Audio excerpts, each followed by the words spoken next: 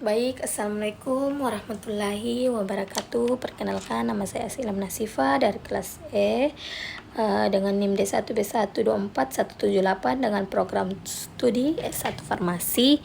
Dan kali ini saya akan memaparkan materi tentang penetapan obat pada sel dan molekul. Nah, obat dapat mempengaruhi jalur molekuler sel melalui berbagai mekanisme termasuk berinteraksi dengan reseptor, menghambat enzim, atau mempengaruhi sistem DNA.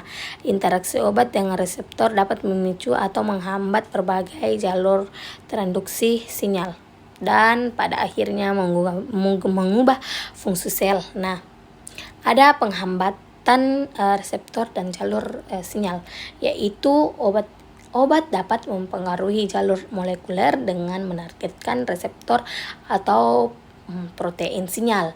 Nah, jalur transduksi sinyal dapat memicu atau dihambat menyebabkan perubahan fungsi sel secara langsung. Pemahaman ini krusial dalam terapi kanker yang berbasis target molekuler. Nah, yang kedua yaitu ada induksi kematian sel terprogram atau apoptosis. Nah, yaitu beberapa obat dirancang untuk mengaktifkan jalur apoptosis, yaitu proses bunuh diri sel yang terprogram. Nah, bertujuannya yaitu membunuh sel kanker secara selektif tanpa merusak sel sehat, meningkatkan efektivitas dan mengurangi efek samping terapi. Nah, contohnya yaitu obat-obat kemoterapi bermodern banyak yang bekerja lewat mekanisme ini. Nah, ada pengaruh metabolisme obat pada jalur molekuler. Nah, yaitu enzim sitokrom atau sitokrom P450 dalam sel berperan penting dalam metabolisme obat. Metabolisme ini menentukan durasi dan intensitas kerja obat. Nah, variasi genetik pada enzim ini menyebabkan perbedaan reseptor antar individu, yang artinya satu jenis obat bisa bekerja berbeda pada pasien yang berbeda-beda. Nah, dasar dari terapi individual. Nah, interaksi dengan target molekuler atau spesifik, yaitu obat bekerja dengan berinteraksi dengan target spesifik seperti enzim, reseptor, atau protein mutan. Nah, contohnya yaitu ada imatinib. Nah, menargetkan protein BCR atau ABL hasil mutasi gen pada leukemia dan menghentikan proliferasi sel kanker. Nah, intervensi molekuler ini menjadi dasar terapi target atau yang sangat selektif dan efektif. Nah, ada pengaruh faktor genetik dan farmakogenomik, yaitu variasi genetik pada gen yang mengkode enzim metabolisme obat. Berbagai variasi genetik memengaruhi reaksi terhadap obat. Nah, contohnya adalah polimorfisme atau enzim TPMT memengaruhi metabolisme 6 mercaptoporin. Nah, pasien dengan enzim rendah atau resiko toksisitas tinggi. Nah, pendekatan ini sangat penting untuk menyesuaikan dosis agar aman dan efektif. Nah, ada jenis-jenis target obat molekuler. Nah, yang pertama yaitu ada reseptor. Nah, reseptor seperti protein di permukaan atau dalam sel yang mengikat ligan, atau misalnya hormon atau neurotransmitter, atau contohnya yaitu seperti adrenergic untuk asma. Dan yang kedua yaitu ada enzim seperti obat dapat menghambat enzim untuk menghentikan reaksi biokimia tertentu, contohnya seperti ACE inhibitor untuk hipertensi.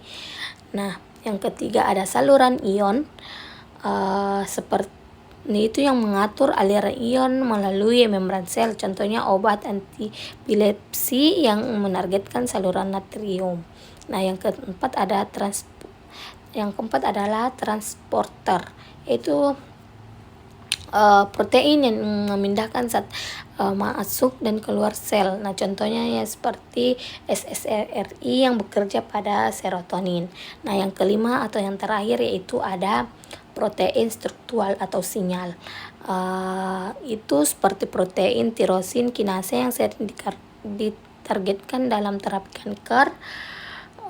Mengetahui jenis target ini membantu memahami mekanisme aksi obat.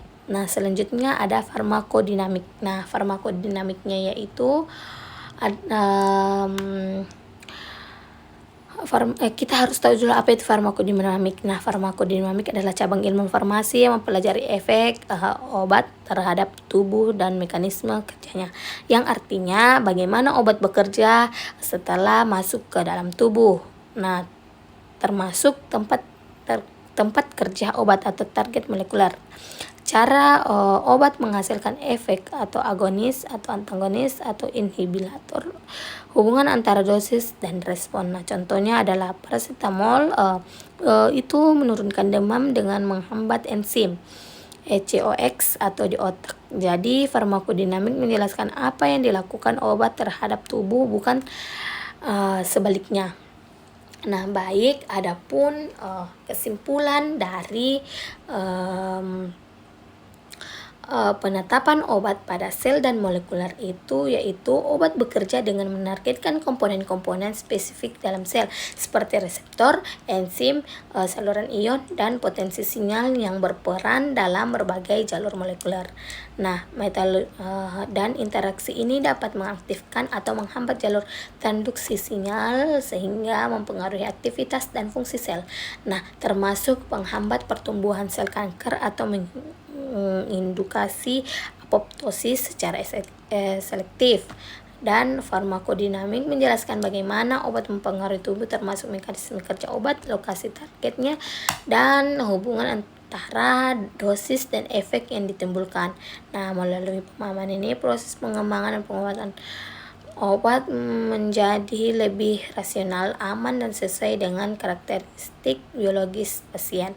Nah, baik, itulah tadi hasil paparan materi tentang penetapan obat pada sel dan molekul. Baik, itulah tadi. Sampai di sini saya tutup. Wabillahi taufiq wal hidayah. Wassalamualaikum warahmatullahi